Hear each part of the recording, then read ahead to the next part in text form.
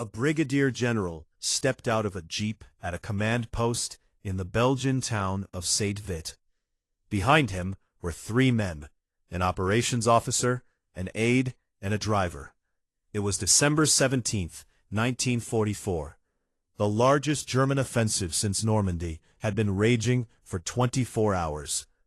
The general standing in the snow was about to become the only thing between 100,000 German soldiers and the collapse of the Allied front. His name was Bruce C. Clarke.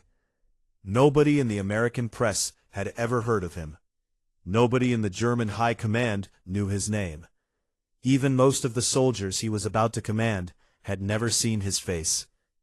Inside the command post, Major General Alan Jones looked like a man watching everything fall apart. His 106th Infantry Division was being torn to pieces. Two of his three regiments were surrounded on the Schnee-Eifel Ridge east of town. Communication with them was failing. German armor was pushing through gaps his infantry couldn't hold. Jones turned to Clarke and said he had thrown in his last chips. Clarke had come to St. Vith, expecting to pass through on his way to a routine assignment. Instead, he was inheriting a catastrophe. His combat command, CCB, of the 7th Armored Division, was still hours away, stuck on roads clogged with retreating soldiers and fleeing civilians. He had no troops, no prepared positions, no intelligence on what was coming. But he knew one thing. The Germans were already 24 hours behind schedule. They needed the town immediately. They had an entire Panzer Army aimed at it. What they didn't know was that the man standing in that command post had already beaten their commanding general once before. The German offensive was called Wacht am Rhein, Watch on the Rhine. Hitler's plan to split the Allied armies, capture the port of Antwerp, and force a negotiated peace. The main effort ran through the Ardennes forest of Belgium. 3 German armies attacking along a 60-mile front. The most critical objective in the first 48 hours was a small Belgian town that most Americans had never heard of. St. Vith sat at the junction of 7 major roads and 2 rail lines. Every German division pushing west needed those roads. Without St. Vith, the offensive would jam up behind its own traffic. General Hasso von Manteuffel commanded the 5th Panzer Army, the strongest of the 3 German armies in the Ardennes. His orders were explicit. St. Vith had to fall on day 1. Manteuffel had planned the timetable himself. His leading divisions would punch through the thinly held American lines, bypass resistance where possible, and seize the road junction before the Americans could organize a defense. By 6 p.m. on December 16th, German tanks were supposed to be rolling through St. Vith, heading west. The schedule allowed no delays. Every hour mattered. But by the afternoon of December 17th, Manteufel's timetable was already slipping. The Americans were fighting harder than expected. Traffic jams on narrow forest roads were slowing his armor. And now a general he had never heard of was standing in St. Vith with 3 men. Manteuffel should have heard of Bruce Clarke. The last time Clarke's unit had stood in his path, it cost him 200 tanks. 3 months earlier, September 1944, the fields of Lorraine in eastern France. Clarke had commanded Combat Command A of the 4th Armored Division, during some of the most vicious tank fighting on the Western Front. His opponent in the mud of Lorraine was the same man now driving through the snow of the Ardennes. Manteuffel threw wave after wave of panzers at Clarke's positions over 2 weeks. Fresh brigades rushed from Germany with orders to stop the American advance cold. Clarke didn't fight the way German commanders expected. He refused to hold fixed positions and wait for the blow. Instead, he developed what he called mobile defense. Small groups of Shermans, constantly moving between firing positions, appearing on one road, knocking out a panther, disappearing, reappearing on a different road 2 miles away. German tankers reported American armor everywhere. They couldn't pin down Clarke's strength, because Clarke never stayed in one place long enough to be counted. When it was over, Manteufel's losses were staggering. Clarke lost fewer than 50 Shermans. The victory at Ericourt made Clarke one of the most experienced armored commanders in the U.S. Army. By December 1944, he had transferred to the 7th Armored Division, commanding Combat Command B. But he wasn't famous. He wasn't flashy. He didn't give interviews or cultivate reporters. He was the kind of general who won battles and let other people take credit, which is exactly why nobody at home knew his name, and exactly why nobody in the German High Command recognized the threat when Clarke showed up at St. Vith with 3 men in a jeep. Clarke had been ordered to move his combat command through St. Vith to a position further east. A routine road march, nothing urgent. Then he walked into Jones's command post and realized there was no further east. Further east was German. Jones was broken. His 106th Infantry Division had been in the line for only 5 days before the offensive hit. Most of his men had never heard a shot fired in anger. Now 2 regiments were encircled, and the 3rd was barely holding. Jones told Clarke that he was giving him responsibility for the defense of St. Vith. Clarke tried to explain that his combat command, roughly 2,500 men with tanks and armored infantry, was still on the road north of town, stuck in massive traffic jams. It didn't matter. Jones had nothing left to give. The handover was informal. No written orders, no detailed briefing. Just one general telling another that the situation was hopeless and the defense was now his problem. Clarke walked outside and looked east. Somewhere in the forest, Manteuffels' punter divisions were grinding closer. He had 3 men and a radio. CCB wouldn't arrive until that evening at the earliest. Maybe not until morning. Clarke started doing the only thing he could. He grabbed every stray unit he could find. Engineers, headquarters personnel, stragglers from broken units, and positioned them on the roads leading into town. These scratch forces weren't going to stop a Panzer Army, but they might buy hours, and hours were all Clarke needed. CCB began arriving late on the evening of December 17th. Roughly 2,500 men, tanks, armored infantry, engineers, artillery. It wasn't much against an entire punter army, but Clarke didn't need an army. He needed enough force to make Manteuffel think he had one. Clarke organized his defense immediately. No sleep, no reconnaissance. He placed units based on map study, an instinct built from decades of armored warfare experience. He didn't dig in. That was the critical decision. A conventional commander would have established a fixed defensive line east of St. Vith and told his men to hold it. Clarke knew that a static line would be identified, targeted, and overwhelmed within hours. Instead, he set up the same mobile defense that had destroyed Manteuffels' tanks at Ericourt. Small armored teams positioned at key road junctions with orders to hit hard and then move. Never stay in one position long enough for the Germans to beat on it. Concentrate against you. Fall back when pressure builds, then counterattack somewhere unexpected. Make the enemy chase ghosts. His tank crews worked through the night. They learned the roads, identified alternate routes, planned withdrawal paths. By dawn on December 18th, Clarke had built something that looked on paper like a disaster waiting to happen. 2 tank companies, scattered infantry, no continuous defensive line, gaps everywhere. But Clarke didn't need a wall. He needed a shadow that looked like a wall. December 18th, German forces hit Clarke's positions for the first time. Punier grenadiers pushed down the roads from the east, expecting to brush aside whatever thin screen the Americans had left. They ran into Shermans. Clarke's tanks fired from concealed positions, knocked out the lead vehicles, then pulled back before the Germans could call in artillery. 30 minutes later, those same tanks appeared on a different road 2 miles north and hit a German column from the flank. The effect was psychological as much as physical.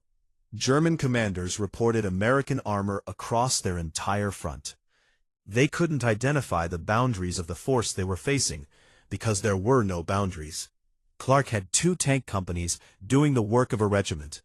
They moved constantly, never engaging for more than a few minutes before displacing. German intelligence officers tried to make sense of the reports, flooding in from their forward units. American tanks here, American tanks there, armored infantry blocking this road, a counterattack on that road. Their conclusion was exactly what Clarke wanted. They reported to Manteuffel that they faced a substantial American armored force, possibly an entire corps, dug in around St. Vith. Manteuffel adjusted his plans accordingly. Instead of a quick thrust through a weak point, he began preparing a deliberate assault against what he believed was a major defensive position. He started pulling additional divisions towards St. Vith. Forces that were supposed to be driving west toward the Meuse River were now being redirected to crack Clarke's Phantom Corps. Every division Manteuffel redirected was a division that wasn't threatening the Allied rear. And every hour he spent planning a deliberate assault was an hour the Allies used to organize their response. On December 19th, the disaster was sealed. The 2 regiments of the 106th Infantry Division that had been surrounded on the Schneeifel surrendered. Over 7,000 American soldiers walked into German captivity. It was the largest mass surrender of American troops in the European theater. Clarke's flanks ceased to exist overnight. The units that had been holding positions to his north and south were gone. German forces poured through the gaps. They flowed around St. Vith on both sides, heading west. Clarke was now an island. His small force held the town and the road junction while German divisions streamed past on either side. He was surrounded on 3 sides, and his supply line to the west was narrowing by the hour. Any rational assessment said Clarke should withdraw. He was outnumbered, outgunned, and the units that were supposed to be protecting his flanks had either surrendered or been destroyed. Clarke stayed. He adjusted his perimeter. He pulled in his most exposed positions and tightened the defense around the road junction itself. He couldn't hold everything, but he could hold enough to keep the roads blocked. Brigadier General Robert Hasbrouck, commanding the 7th Armored Division overall, handled the logistics and political coordination with higher headquarters. Clarke ran the fight, and the fight was about to get much worse, because Adolf Hitler had just learned that his timetable was 3 days behind schedule, and he was sending his personal sledgehammer to fix the problem. The Führer-Begleiter Brigade was not a normal unit. It was Hitler's personal escort formation expanded into a full armored brigade and sent to the Ardennes with a single mission. Its commander was Colonel Otto Ernst Römer, the same officer who had crushed the July 20th assassination plot against Hitler by securing Berlin for the Nazi regime. Römer was a true believer. His brigade was well equipped, fully manned, and motivated. They had been held in reserve specifically for situations like this. When the offensive hit an obstacle that the regular forces couldn't overcome, that obstacle was Bruce Clarke. Hitler was furious that St. Vith still hadn't fallen. His entire timetable depended on those roads. The Führer-Begleiter Brigade was his answer. Crush whatever was holding the town and get the offensive moving again. Römer's brigade joined the assault on Clarke's perimeter on December 20th. Fresh troops, fresh tanks, against a force that had been fighting without rest for 3 days. Clarke felt the increase in pressure immediately. The probing attacks became full-scale assaults. German artillery barrages intensified. His men were exhausted. Ammunition was running low. Every casualty was irreplaceable because there were no reserves coming. Clarke now faced the best Germany had left, and his force was getting smaller by the hour. On December 21st, Clarke made the decision that would define the defense of St. Vith. He couldn't hold his current perimeter. It was too large for his shrinking force. He contracted into what headquarters would later call the fortified goose egg, an oval-shaped defensive perimeter centered on the western approaches to St. Vith. Tighter lines, shorter distances between units, fewer gaps for the Germans to exploit. Every position he abandoned meant giving up ground he couldn't take back, but every position he held meant stretching his men thinner. Clarke chose concentration over coverage. He packed his remaining forces into the smallest defensible area possible and told them to hold. Hasbrouck was managing the increasingly difficult relationship with higher command. 18th Airborne Corps under General Matthew Ridgway now had authority over the St. Vith area. Ridgway wanted Clarke to hold as long as possible, but was preparing withdrawal plans if the situation became untenable. Clarke wasn't thinking about withdrawal yet. He was thinking about making the Germans pay for every yard. Inside the goose egg, his tank crews were down to partial loads of ammunition. His infantry had been fighting in the same positions for days without rotation. Medical evacuation was becoming impossible as the perimeter shrank. But the road junction was still blocked. Manteuffels' forces still couldn't use St. Vith's 7 roads to push west. And every hour Clarke held was an hour Patton was using to turn 3rd Army north toward the German flank. Elements of the 87th Cavalry Reconnaissance Squadron held one of the most exposed sections of Clarke's perimeter. The detachment had arrived at St. Vith with 7 officers and roughly 150 men. By December 22nd, they had no officers left. 30 men were still fighting. Not 30 men still alive. 30 men still in the line, still firing, still holding their sector. Sergeants commanding what had been platoon, corporals running what was left of squads. They weren't unique. Every unit in the goose egg was being consumed. Tank crews fought until their vehicles were knocked out, then fought as infantry. Engineers laid mines, and then picked up rifles. Cooks and clerks filled gaps in the line. Clarke himself hadn't slept in a building since December 17th. 7 nights in his jeep, driving from position to position, checking his units, making decisions that determined who lived and who died. He could have used a command post in a warm building. Other generals did. Clarke wouldn't do it. His men were sleeping in frozen foxholes in sub-zero temperatures. He would sleep in his jeep. 7 nights in the same cold his soldiers endured. The human cost was staggering. Clarke's command suffered devastating losses over 7 days. By some estimates, casualties in the St. Vith sector exceeded 2,000 men, killed, wounded, and missing. But the defense held, and every day it held was a day MTO fell further behind the schedule that the entire German offensive depended on. December 22nd. Manteuffel committed everything he had left against the goose egg. Infantry, armor, and artillery in a coordinated assault from 3 directions. German shells tore through Clarke's perimeter. Poner grenadiers pushed into the gaps. Tanks ground forward through the snow. The defensive line buckled in multiple places. German infantry penetrated positions that had held for 5 days. Clarke personally moved between threatened sectors, redirecting his dwindling reserves. There were no reserves in any meaningful sense. Clarke was pulling men from quiet sectors and throwing them at breaches, hoping the quiet sectors stayed quiet long enough. By nightfall, the eastern side of the goose egg had collapsed. German troops were inside the perimeter. The road junction that Clarke had held for 6 days was about to be overrun. Ridgway made the call. Withdraw. Clarke had done everything asked of him, and more. The defense of St. Vith had bought 6 critical days. Now he had to get his surviving men out, before the goose egg became a grave. The problem was that getting out alive might be harder than holding on. December 23rd, Clarke executed a withdrawal under pressure, that military historians would later call one of the finest retrograde operations of the war. This was not a retreat. This was a planned, disciplined movement conducted in daylight, with German forces pressing from 3 sides. Clarke's plan was methodical. Vehicles pulled out one by one from the western side of the perimeter, while the rear guard on the eastern side continued fighting. The rear guard didn't just hold their positions. They simulated the activity of a full defensive line. Machine guns fired from positions that had already been evacuated.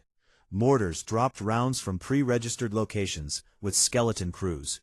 The men left behind made enough noise and enough fire to convince German commanders that the entire American force was still in place. By the time the Germans realized Clarke was leaving, most of his surviving force had slipped through the narrowing corridor to the west. The rearguard pulled out last, moving through the snow to link up with the main body. Not every man made it. Some rearguard positions were overrun before they could withdraw. But the bulk of Clarke's force escaped intact, with their vehicles and their wounded. They reformed behind the new defensive line that had been established further west. Behind them, Manteuffels' forces finally controlled the last American positions west of St. Vith.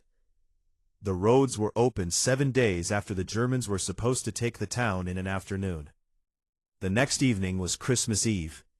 On the evening of December 24, 1944, Hasso von Manteuffel contacted Hitler's adjutant at the Wolf's Lair. His message was blunt. He recommended calling off the entire Ardennes offensive.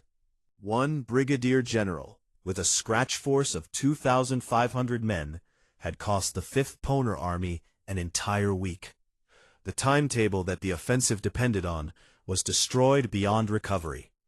While Clarke held St. Vith, Patton had turned 3rd Army 90 degrees north and attacked into the German southern flank. Montgomery had organized the northern shoulder. The 101st Airborne had dug in at Bastogne and refused to break. But those responses took time that Clarke bought with blood. The defense of St. Vith didn't just delay one German army. It broke the back of the entire offensive. Traffic that should have been flowing west was paralyzed for miles behind the town. Manteuffel had burned his precious fuel and time fighting a ghost. Eisenhower would later call the defense of St. Vith the turning point of the Battle of the Bulge, but almost nobody remembers it. The story of the Bulge became the story of Bastogne, the 101st Airborne, surrounded and defiant. McAuliffe's legendary one-word response to the German surrender demand. Bastogne was a supporting attack. The Germans wanted it, but didn't need it. St. Vith was the main effort. The entire offensive depended on those roads. Clarke held the main attack for 7 days, and nobody learned his name. McAuliffe said one word and became immortal. In 1965, more than 20 years after the battle, a documentary crew brought 2 retired generals together in Watertown, New York. Bruce Clarke and Hasso von Manteuffel, the man who defended St. Vith and the man who tried to take it. Former enemies, now citizens of Allied nations. Manteuffel looked at Clarke and told him something that nobody had known for 2 decades. German intelligence had estimated they were fighting an entire American corps at St. Vith. Not a combat command, not 2,500 men, a corps. Clarke's 2 tank companies had fooled the entire 5th Panzer Army. Manteuffel told Clarke that the defense of St. Vith had spoiled the German plan. Not delayed it, spoiled it. The entire offensive died because one general with almost no resources made a fight for a town he was supposed to take in an afternoon. Clarke listened quietly. He was 63 years old by then, retired, living without fame or celebrity. He never gave self-promoting interviews after the war, never wrote a best-selling memoir, never appeared on television to claim credit. The loudest voices in the Bulge story belonged to McAuliffe and Montgomery. Clarke just did the job and went home. His men knew what happened at St. Vith. The 87th Recon survivors knew. The tank crews who drove those roads for 7 straight days knew. Manteuffel knew. It took the enemy commander himself, sitting across a table 20 years later, to finally confirm what Clarke had accomplished.